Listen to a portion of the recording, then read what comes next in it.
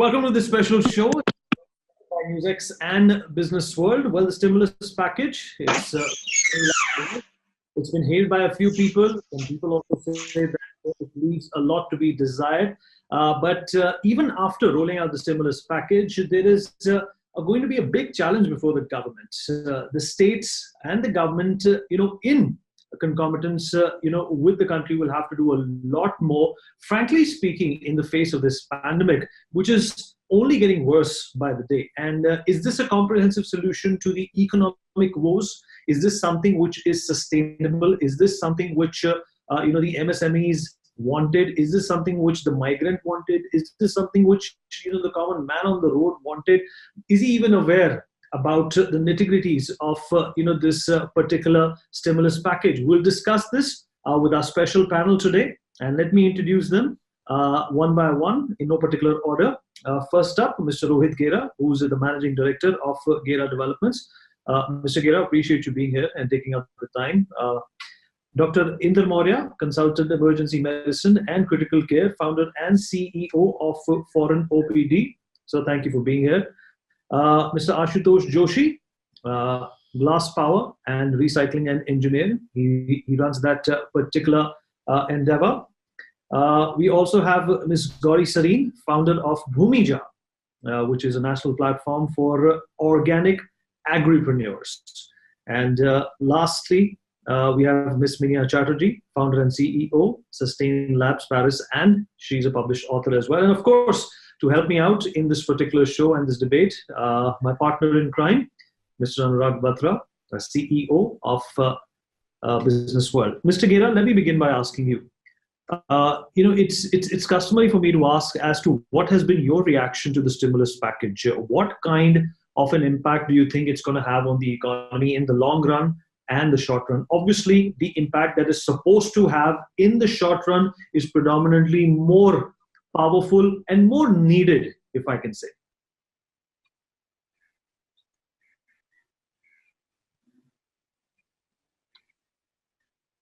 Look, I think the stimulus package has been distributed across numerous different areas, and the government has tried to resolve a large number of things. But I wish the stimulus package had actually been focusing more on the demand side. And there's a lot of talk that's taken place around this. But, I think, and certainly I can give you the real estate example, that you can do anything in terms of allowing people a rollover in terms of their debt and so on and so forth. But unless and until people feel secure about their jobs, they're not going to come out and buy homes.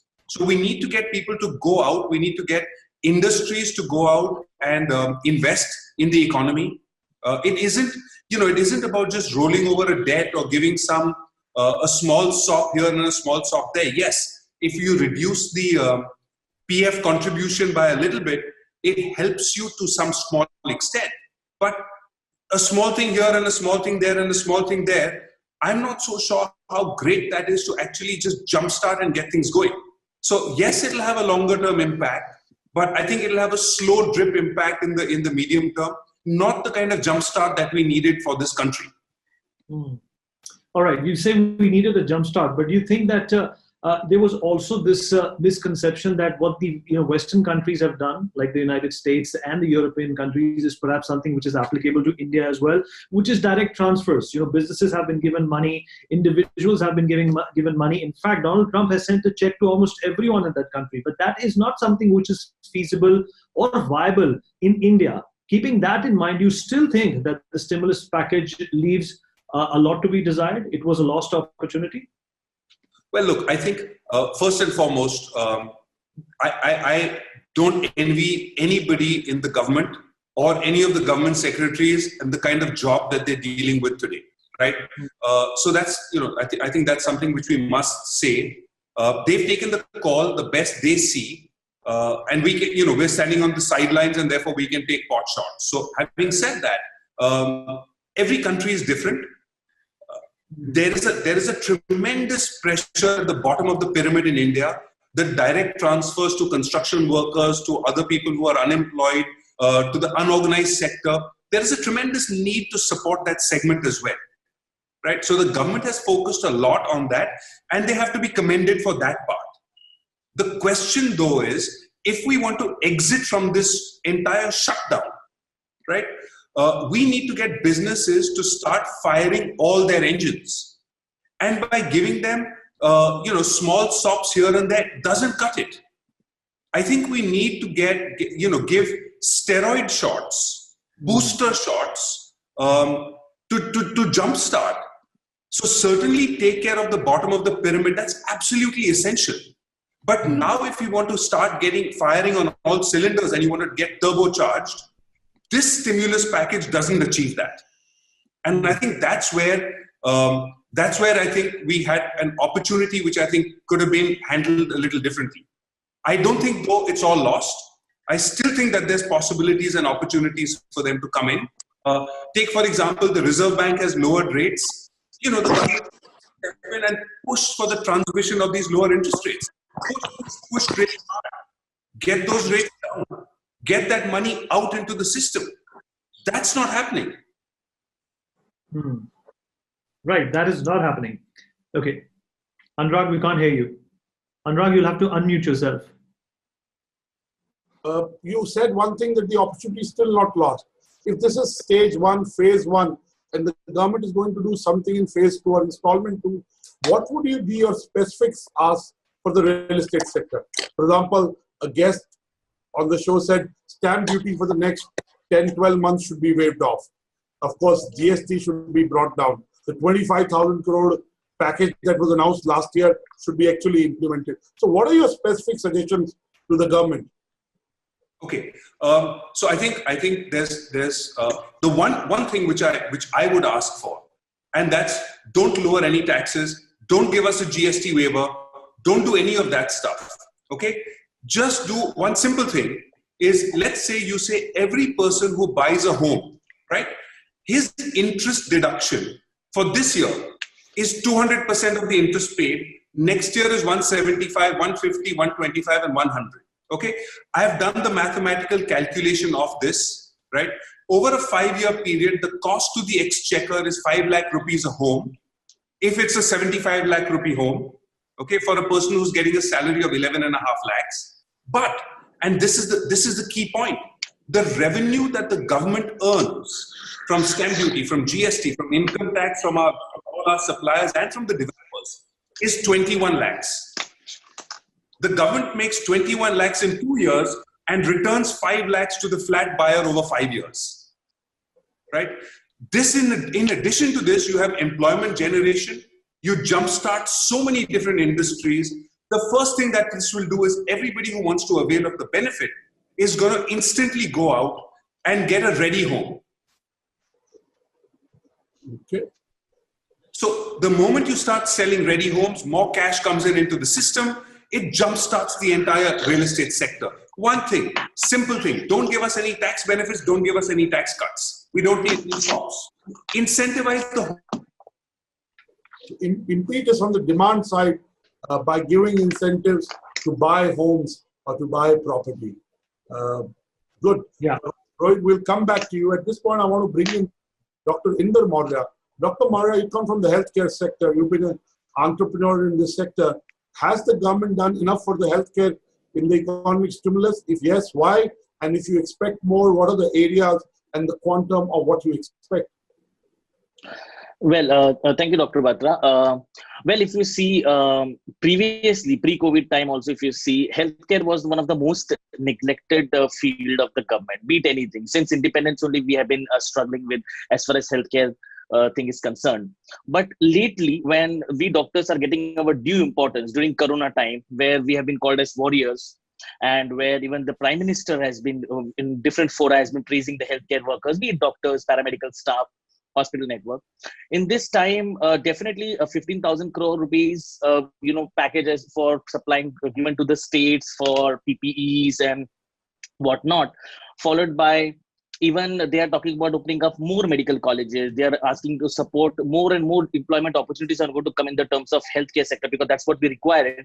So we would say as far as previously, it was less than 1% of the GDP we used to give it on the healthcare spectrum. But now since the massive awareness has taken place. So this is the right time to go ahead. And I think our Prime Minister is a very hardworking person, and he has got the crux of it, how he has to take the vision forward as far as healthcare is concerned. And that can be seen through Modi Care and Arogya Setu app. So these are small steps he's taking, and they are in the best of the direction of the Indian people. So I would say we are never satisfied. Economic stimulus, or well, you're not happy, and if you're happy, why? See, well, as far as the government has taken the smaller steps, I'm happy with it. But some part where I'm not happy is like for doctors who are working for the central government. Now their DA has come down. So that is not the way it has to be done. In one part, you're motivating the doctors to work. You're motivating us to take the risk. So to see the coronavirus patients and also so risky. And at the same time, and we when that time during, remember that There seems to be a problem with Mr. there is to each screen also, but now at the most important factor, be it any profession. So if you like a senior institution where I was working in SGPGI in Department of Emergency Medicine. Mm-hmm. Okay, there seems to be a connectivity issue with that. Oh yeah. I'm sorry. Okay, yeah, you're back. So I was saying that when I was working as a senior resident, we used to get 100,000 rupees as salary. Now, and that the DA was an important part. So now they have reduced that DA to less than 20,000. They have reduced it. So they are reducing our salary also. So this is a little bit demotivating. But on the other hand, they have increased our insurance. So doctors are getting insured now. No, it never happened in Maharashtra when I was working as a resident also.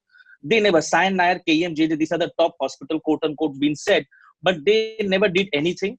And now the central government has gone ahead and insured the doctor for 50 lakh rupees, which is a good amount of money, at least. So that is why I was, although Dr. Batra put me a very straightforward question, are you happy or not? But the question is not that way. I'm a positive man. I'm an optimistic man, hopeful man. So I'm seeing it is the right step the government is taking.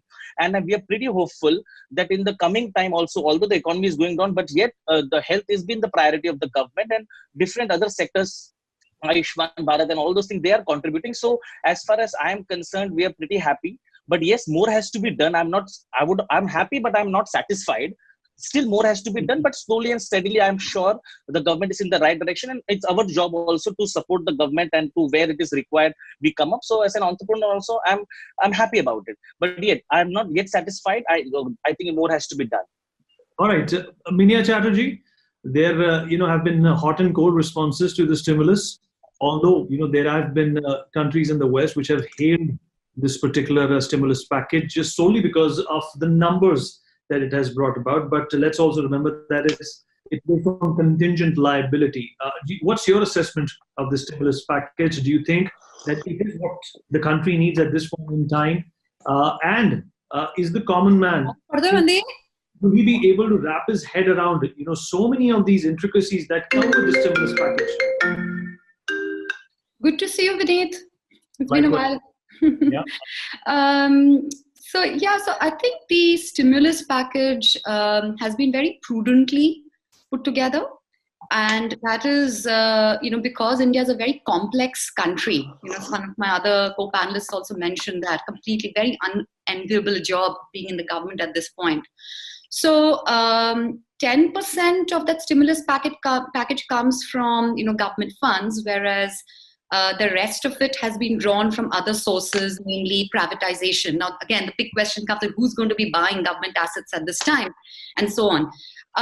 But I think my stand on this is that there has been an effort to look at the bottom of the pyramid. So, there is, I think, a 1.75 lakh crore, amount that has been given to small enterprises, and that to collateral-free loans, so that's great, and so on. So there is an emphasis on the bottom of the pyramid on small entrepreneurs. If this crisis persists, maybe another 10 months, I think that's when we should think about direct transfers, not yet.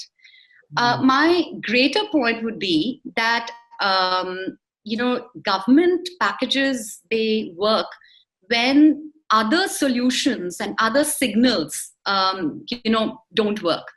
And we know that to fix the problem, the pandemic needs to be fixed, because otherwise we're just chasing around the consequences of the problem.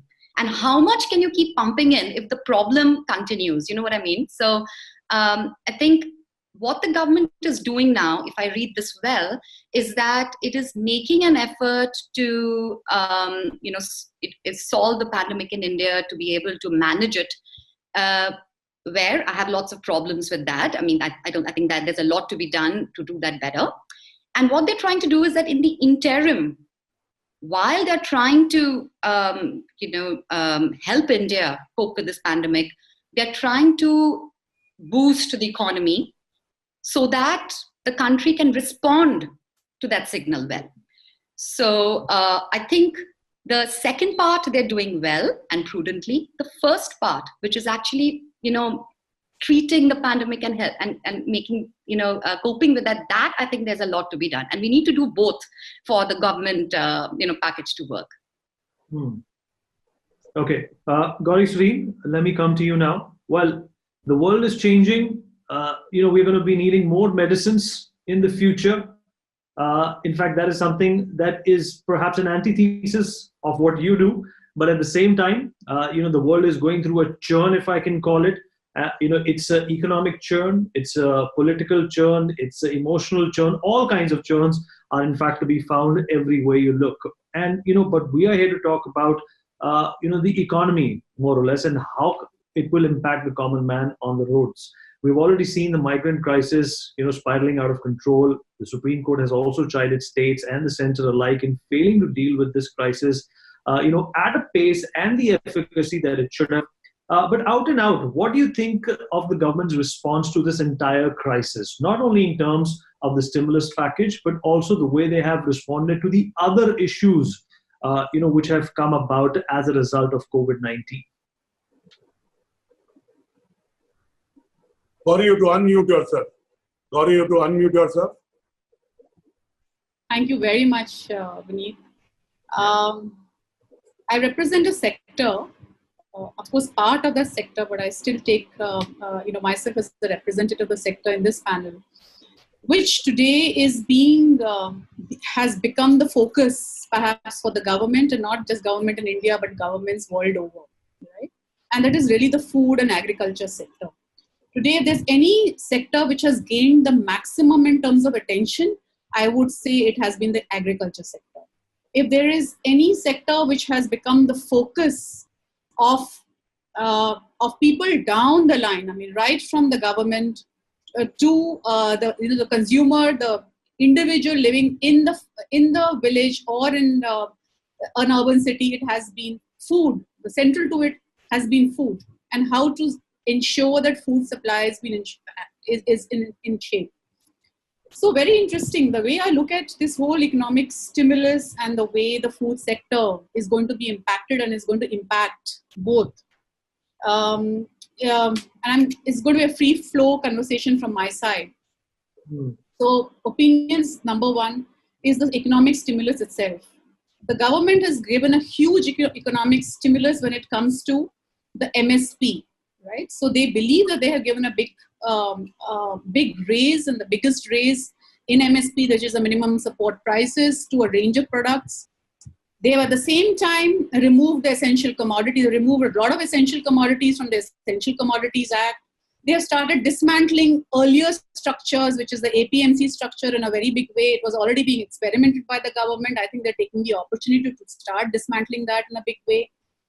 And they're trying to look at technology platforms like eNAM and several other technology platforms. I know every single government platform or non-government platform which is connected to the government working on technology today. So they're really seeing that as a new one market, one India, one agriculture market kind of a space. Having said all of that, there's a lot of criticism around some of these actions of the government. One criticism clearly seems to be that the what MSP has really promised in terms of rupees 5 per kg for some of the products is not a real figure. And many of the experts have actually come back saying that really rupees 5 is not working out in terms of the cost of production in today's time. And therefore, my first point is that we need to break the whole economic stimulus which the government is given, whether it is to direct transfer, whether it is in terms of MSP, whether it is in terms of dismantling the systems, whatever, it needs to be looked at from a continuous reform state, which is pre-COVID, then what it is trying to do for COVID to ensure that the impact of COVID is lessened, and then post-COVID, what is the opportunity to tap on. So we break this down into 3, then we'll probably be able to get a better perspective of it. It is very clear that at some level it is trying to control the impact of COVID, but at another level, it is trying to take this as an opportunity to push the agenda of reforms. Some maybe not as well in a structured manner. I think one of the weaker points of this government is the strong points. It really wants to think through, really wants to make a change. The intent is very clear, positive, all of that.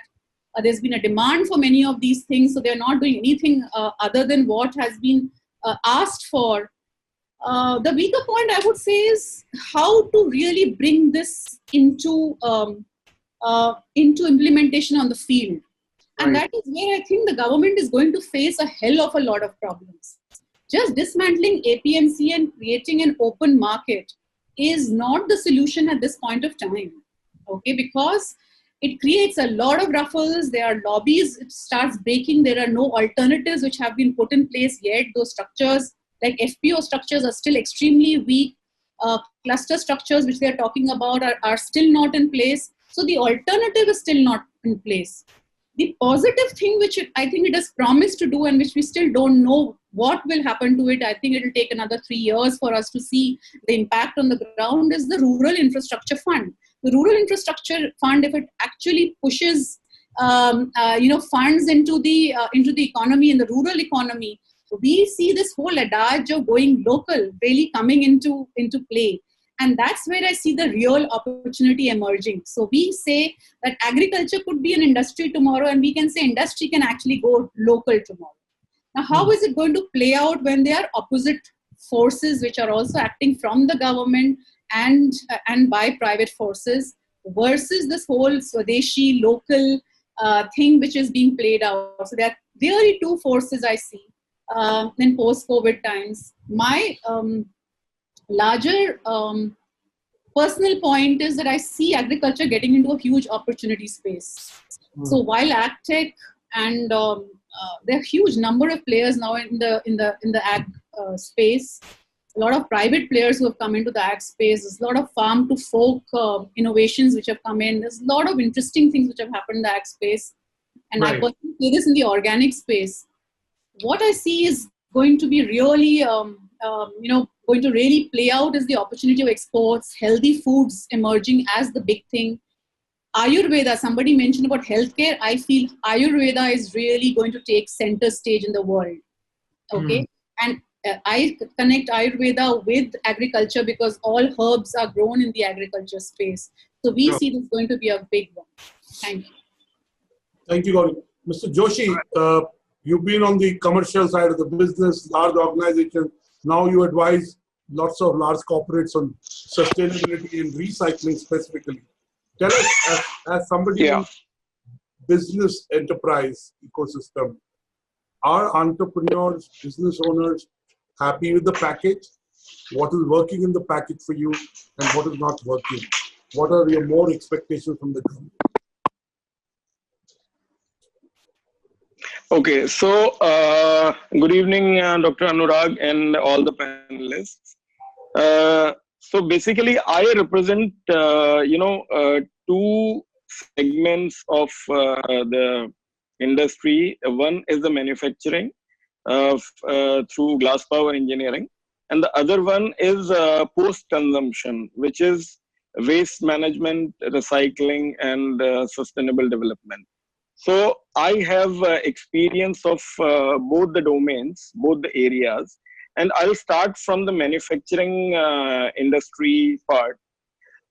See, when this lockdown was announced, and there are a lot of continuous process industries which cannot afford this, immediate shutdown of the entire supply chain system, the complete means stop of the wheel. And for specific to glass industry, when this lockdown was announced, there was a very big issue related to workers movement. And because glass industry is a continuous process industry, a lot of companies, a lot of organization has to shut down their plants or put their plants into no production situation. And they means to restart those plants, they are now investing big money because of the sudden lockdown situation. And with that, a lot of ancillary units related to these manufacturing units, especially these are from MSME sectors, they were also very badly affected. And the stimulus package which government has announced, I'll just quote some words from Ms. Gauri. She was, talking about the agriculture. I would say agriculture contributes nearly 18% to the GDP of our country. And MSME, especially the small industry, contributes nearly 40-42% to the GDP in terms of services and manufacturing all. And whenever, something happens, may it be drought, may it be heavy rains, may it be small or big, any issue, we immediately jump to agriculture sector to help, because it's a very big vote bank. It's, not contributing much to the GDP, but it's a big vote bank. So government immediately jumped to that sector to portray that a big help is being done.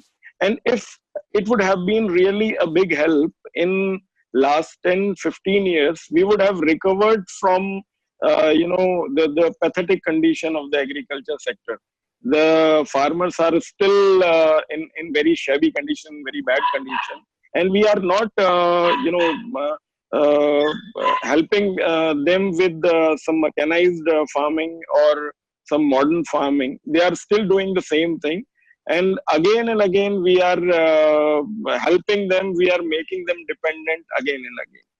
And now the MSME segment, which contributes nearly 40-42%, and we know India is moving towards the consumption country. Like, we are now consumption oriented country. So most of the people who are working in an organization or small entrepreneurs, they are more into consumption, means they are not much into savings. So you can understand, if somebody is not getting any cash inflow in, say, last 2, 3, 4 months, what will be the situation of these households or small entrepreneurs? And the kind of stimulus government has announced, these are basically loan oriented. There are a lot of, means it's like if somebody has already availed a loan, so 20% of that can be topped up. But if somebody has not availed any loan, what will happen to him? And normally we all entrepreneurs believe in, we should be bootstrapped for at least initial 5-6 years, so that we could make our organization strong, and we create value to our equity, and then only we dilute it or we take any loan or anything. And there are a lot of entrepreneurs, 5-6 years old organizations, who have never taken any loan or anything. So they are hardly getting any kind of support. And I'm talking to a lot of this segment people, because I'm connected to MSME Chamber of Commerce also. And most of the people are saying this. Government is taking good steps in terms of reforms, but these reforms will start reflecting in the economy after, say, 5, 6, 7, 8 months. But what for now? For immediate 2, 3, 4 months, what these people are going to do? We are saying that, we need liquidity, we need front loading of reforms, we need execution now. These are reforms that may have impact later. Mr. Ved Shukla, owner and CEO of Milo Mart. for break. Anurag was in the process of asking him a question. Anurag?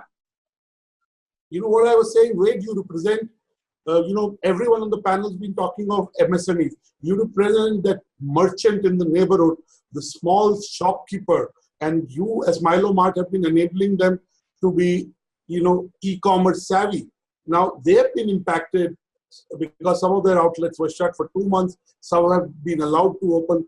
Tell us, how do you see the response of the government, specifically for shopkeepers, for retailers, which are small and individual retailers?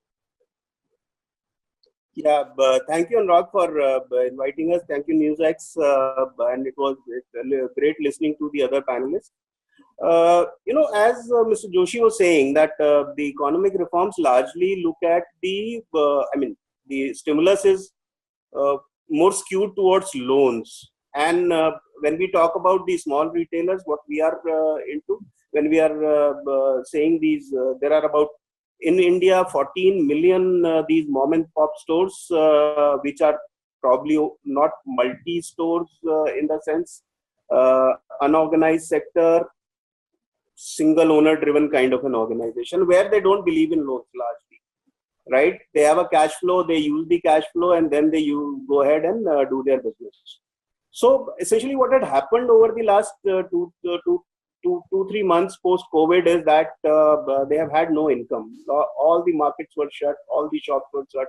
So these retailers had been struggling to pay off their employees and take care of the other costs. So their cash flow is literally down. And I mean, they are only waiting that, okay, fine, when the customer comes back in the market, and then they again start their cash flow. So largely they are not very happy with the kind of stimulus government has What given. would they have expected? My question to you and everyone is, so if you're not happy, what was your expectation? What do you expect from the government to do? No, so personally speaking, from my perspective, Anurag, if I talk to for any business for that matter, the government, what has managed to do is that they have ensured that the businesses survive. When I talk to these retailers, everybody is looking at what have I got from it, right? But there are hundreds, as somebody said, that India is a very diversified country. So there are, economy is fragmented into thousands of verticals and thousands of industries. Then you have big businesses, then you have medium-sized businesses. So it's a very, very complex structure, right? So essentially, in my opinion, what government has been able to do is that ensure that the businesses survive, right?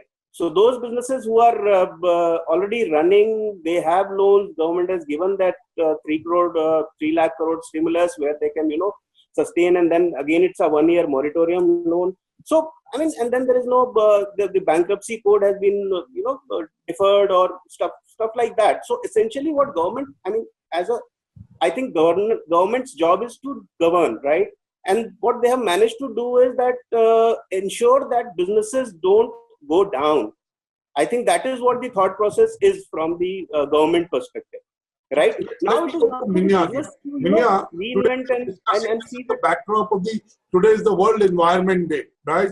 Sustainability is come into focus because of COVID, because sustainability has an impact on environment. Environment creates disasters or diseases like the one that we're facing now. So tell us, what do you think corporations and business owners will do to make sure that they are more sustainable as they go forward, they're more environment friendly as they go forward? I think, Anurag, see, for me, the way I work with sustainability is that looking at this as involvement of all stakeholders in whatever work we do, as well as in a way that it benefits all stakeholders as well. Yeah. Now, in this current crisis, for large corporations with whom these are the usually, typically organizations that I work with, for them, there'll be a big need to be self-reliant.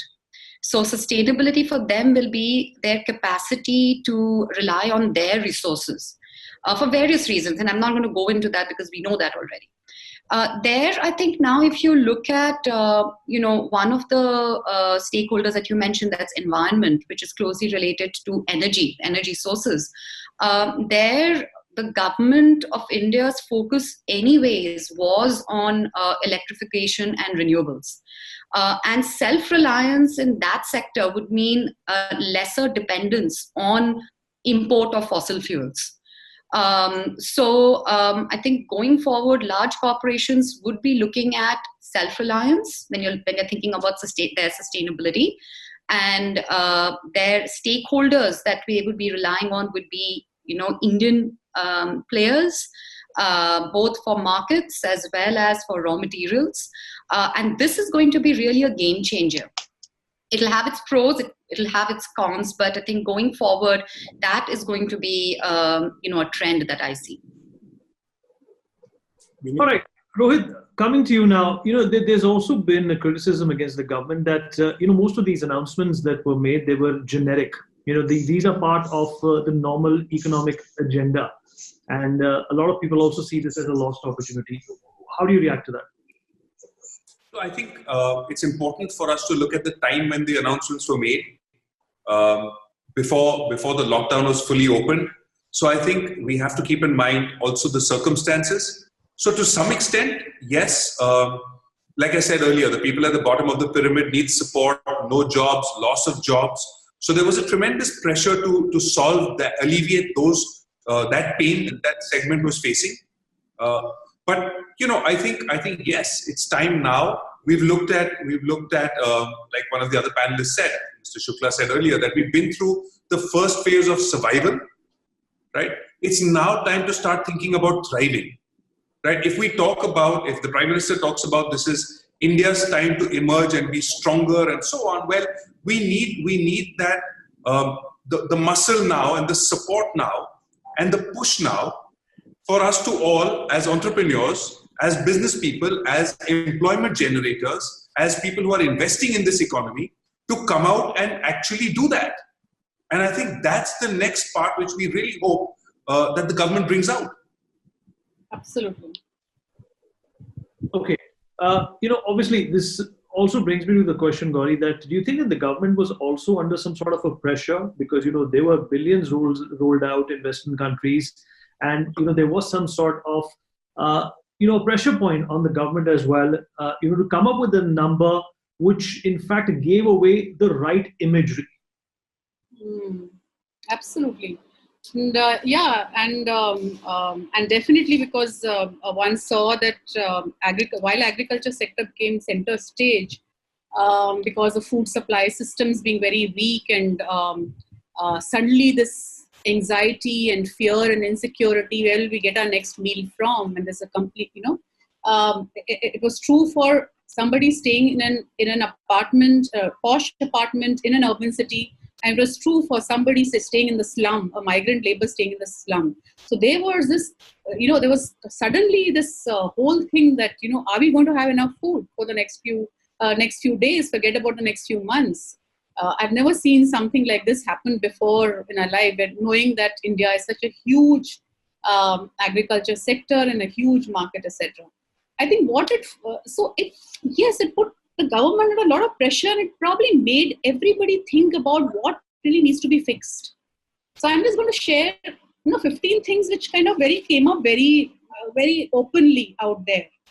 One is, it was very clear that the supply chain was not fixed. I'm also trying to answer Anurag's question. What is it which we need to be really doing rather than, making just this large announcements. Yeah. So it is very clear that the supply chain system, whether it's warehousing, whether it is storage, whether it is transportation, none of it is really in place yet in India. There are a lot of new players which have come in, huge amount of private sector which has moved in. Huge impetus needs to be given to the supply chain. I think Modi ji has announced this already, that he wants cold storages, all of this. The entire supply chain logistics system really needs to be fixed. The second thing, which I think is really been highlighted, is farm labor.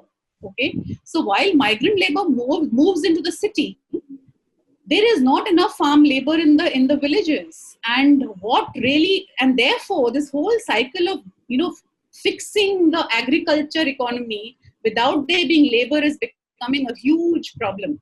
So what do we do with the farm labor? And therefore, there's been whole discussion on NREGA actually taking farm labor as center, as a way to really fix that gap.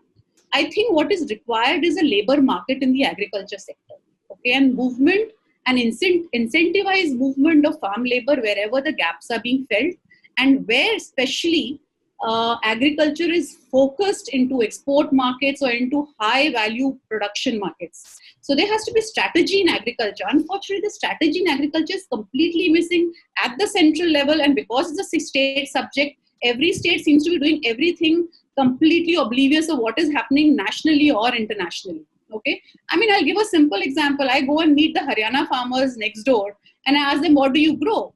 And of course, the chief minister announced this huge package for them to procure all their products. And what were all of them growing? They were all growing just the same thing, which is sarso and chana and gehu.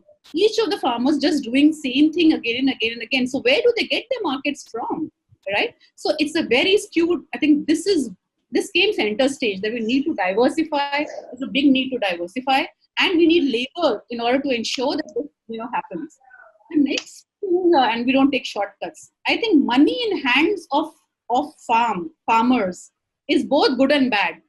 Okay, so at one level, yes, it is increasing demand. We have kind of taken care of the demand, and at least for the short term.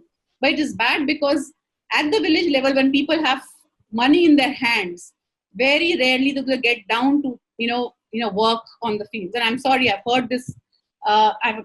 It's not that I'm anti money being given to them. I just believe that there are many innovative ways in which you are saying what MS Swaminathan committee report said, that help farmers be self-reliant by getting them a better price through better marketing. Don't necessarily give them loan waivers. Provide them local funds so they can set up rural infrastructure, which is already envisaged by the government. It is time to decentralize development in such a way that they can see. The biggest problem today, when I had a farmer sitting in my house today morning, and he says, I don't know what to do with my aloo. And I said, have you ever thought of making chips? He says, where do I buy a processing machine from? So I think the government has to think like this, in long term.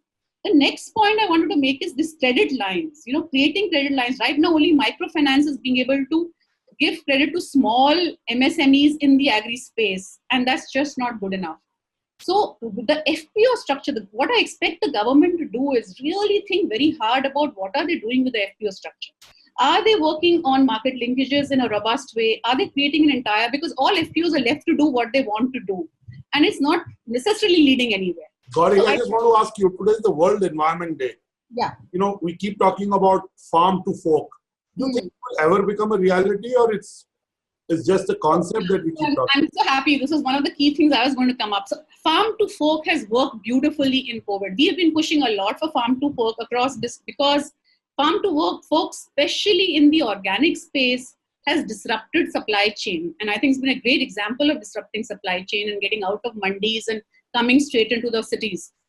Farm to fork, let me tell you, in every city of India, I don't have facts and figures here, but in terms of numbers, but since I'm in a platform which has hundreds of organic agripreneurs and farmers, it's been one of the most powerful things during COVID times. People are farmers saw the opportunity of getting all their produce direct from the farms to the cities. Essential commodities was the only thing which was allowed to happen. Transport had been disrupted, so they used their private transports, got it into cities, and it was amazing how popular farm to fork with some e-commerce, innovations. There are lots of e-commerce farm to fork apps today which really facilitate that. I've known people who were, say, at X level, they went to 100X level, 10X, 20X, 100X level just on farm to fork this time. Sure, Gauri. Thank you for those specific inputs. Yeah. Thank you for those specific inputs. Ashutosh, again, as I said, today is the World Environment Day. We keep talking about recycling and how do we make sure that the solid waste is brought down, waste management is better. Do you think that the COVID aftermath will be a silver lining for recycling and contribute to the environment being better? Yeah, absolutely, Anurag. Because, everyone during the COVID times has seen so many lows in terms of loneliness, in terms of cannot go out, using different means which they never used earlier. So even the kids have become so much resilient that means it's a lifetime opportunity, you can say, that we are there in our houses since last 3-4 months, and we have evolved completely new. And I think everyone will accept this, that we have done something really tragic to the Mother Earth, that we are facing these kind of problems. And because of the unusual exploitation of the natural resources and unmanaged waste, and there is no waste management policy, no recycling policy proper at state level or at national level, which is actually working, because everything related to waste management is being done at the municipality level. That's it. There is no coordination between two municipalities, and even the state chiefs are not directly monitoring the municipalities in that way. So naturally, now we have one other type of waste, that is COVID waste. So most of the kids and households are now much informed about segregation of waste. So naturally, further segregation and disposal has become easier now, will become easier when things will become normal. And recycling will definitely in the focus, and anything into the recycling, waste management, sustainable development domain is going to give a boost to the economy as well as to the environment. That is for sure, and that will be in the focus for next many years. All Can I right. just make a quick comment on that? Sure. Yeah. Go ahead, Vinny. Yeah, because Then Dr. Inder Maurya, and because we got to wrap up, being television, we have the limit of time. First, Okay. Dr. Inder Maurya, and then wait. Yeah. Let me. Yeah. Okay. So I was. Yeah. So. I wanted to point, Dr. Maurya, Minia wanted to make a small point, and we'll get that in, and then we'll come to you. Yeah, very quick. I think a lot about this, about how this is impacting the environment, and I think that if we are virus free now in the next 3 months, we are going to bounce back to our old habits, and we're going to bounce back to our old habits. The World War I, it lasted several years, and that's when the role of women changed in the society. But it takes a while. So if it's a terrible thought, but if the virus, yeah. Many they say if you do something for 21 days, it becomes a habit. It becomes a habit. Yeah, but if you've done that for 40 years, then 21 days doesn't solve anything. Yeah, but coming back, also there is a danger of a second wave of COVID. There is a danger of a different strain of COVID. So I think the next 30, 60, 90 days, we'll have to be very, very cautious anyway. Vineet, you were asking Dr. Maurya and Wade. Absolutely. Yeah, all right. Mr. Shukla, the government has also made a very strong pitch about AATMANIRBHAR. Do you think that is something that can be done without burning bridges? Wade, you'll have to unmute yourself. Mr. Shukla? Yeah, sorry. You were talking about the AATMANIRBHAR thing? Yeah. How can that be achieved? And if that is to be achieved, do we have to burn any bridges? In my opinion, when I see across manufacturing in India needs a lot of reforms. Right? So first is the labor reforms. Second is the land reforms. So these are two core reforms where when we look at Atmanirbhar Bharat and we look at Make in India, and the third part is that skilling. Most of our labor is unskilled. So the advantage what China had was very, very efficient, very, meticulous labor, very hardworking, and intrusive in the sense that very, very supportive to the cause. So because without labor you can't create manufacturing, and you can't have a very strong and robust manufacturing in the country. So labor, land, and reform. Labor, land, and So these reforms are important when we look at Atmanirbhar Bharat. That's what my opinion is. Okay, Mr. Maurya, where do you stand on this? Well, so I would like to just take the question to the environment one, which Dr. Anurag Batra was pointing out. So if you see one good thing which, has happened during Corona thing is it has saved Modi government 20,000 crores of Nimami Gange project, because the entire Ganga is cleaned. Okay. So this is one of the important aspects. We have been cursing Corona, but really if you see, India has always bounced back whenever India is in crisis. You take it to 1962 when Indo-China war happened. Women gave their jewelries to Defense Corporation of India, and then that what led to the funding collections and everything. And then within a couple of years, we were nuclear powered. So we were waiting for this thing. Everything is going to get revolutionized. You see, Mr. Modi is really a worshipper of Ma Ganga, and I'm pretty sure this is what is supporting him. And we should be confident enough that this crisis, we will come over up. It's not about 21 days. It's not about 2 months. We're not going to go bounce back. Healthcare has been revived. Ganga has been cleaned. We are working in a direction. I think we should not lose hope, because with this hope only we'll be able to survive. So that is the message which we can give it to the environmental thing which is happening. As far as the other question was concerned about the second exposure, yes, there is a risk for coronavirus, and that is how the epidemiology curve works, be it any infection, be it swine flu or be it Spanish flu, whenever it happens. That is how the pathology of a disease progresses. It goes through phase 1, phase 2, community transmission goes down. Then there's a spike of second exposure followed by seasonal variation. That is how it happens, but we want to be prepared for it. It's not like that. Scientists are working vaccination. This is going to be the quickest vaccination time which will become. We are looking for 3 to 4 months time for the vaccine to come. In fact, it's time for a rapid fire round, and I would request Anurag to pick that up. We'd like to know from each of the panelists, where do they see the economy 90 days from now? Keep in mind, we're not asking you 3 years, 5 years, only 90 days from now. We'll start with Ashutosh Joshi, Indian economy 90 days from now. In 90 days, I'm not seeing anything very good really, because June and July is definitely going to be worst hit months as far as the COVID is concerned. So things will come back on track probably after, say, 4 or 5 months, but not in 90 days. Definitely we will prepare ourselves. 90 days. Tepid economy. Indra Maurya, Indian economy 90 days from now.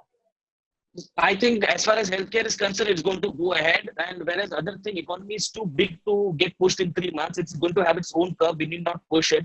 But yes, it's definitely progressing and it will improve. It cannot be worse than this. It cannot be really worse than this. So it has to go up. Okay, Ved Shukla, retailing sector in the Indian economy 90 days from now. Unmute yourself. Unmute yourself. Unmute. Vinya, that's where habits come in. In retailing, Anurag, the best quote is that we sell from jhanda to jhanda. Okay. So the thing is that Indian retailing is largely from. What do you mean by jhanda to jhanda? 15th August till 26th January. So that is the core season where marriages happen, where most festivals are there, where you have a lot of activity, where buying happens the most. All right, so we'll have to have short answers. We have run out of time. Okay, shorter answers, please. Yeah, okay. So my sense is that, from 15th August onwards, there will be a lot of action in the retailing sector and the customers will come back. That's my point. Inya Chatterjee. Startups and MSMEs and SMEs are thriving because they would have adapted to the situation and would have come up with innovative solutions, for COVID. So they would really be going gung-ho in the next 90 days. Gauri, Sareen? Yeah, and I'm seeing it from the agriculture sector. Quickly, the 90 days will be spent in really re-strategizing, putting the reforms in perspective, making sure that the implementation plans are in place for the post-COVID period. And yes, a large number of MSMEs emerging in the organic space, in the healthy food space, huge export opportunities emerging, people getting ready for it 90 days. Last but not the least, Mr. Rohit Gera, we started with you, we end with you. So I think the real estate sector is going to continue to struggle, sputter, and continue to just stagger forward unless and until we see some serious demand boost coming from the government. On an overall basis, however, I think I'm a little bit more optimistic. I think we'll be back to about 60%. Some sectors doing much better. Real estate being a laggard in this turnaround and in the divide. All right, some optimistic, some not so optimistic, but nevertheless, we've had a great show, a great articulation by all the panelists. A very interesting show. Thank you, everyone, for being a part of this special program. Thank you for watching. For more such videos, subscribe to the NewsX YouTube channel, hit the bell icon.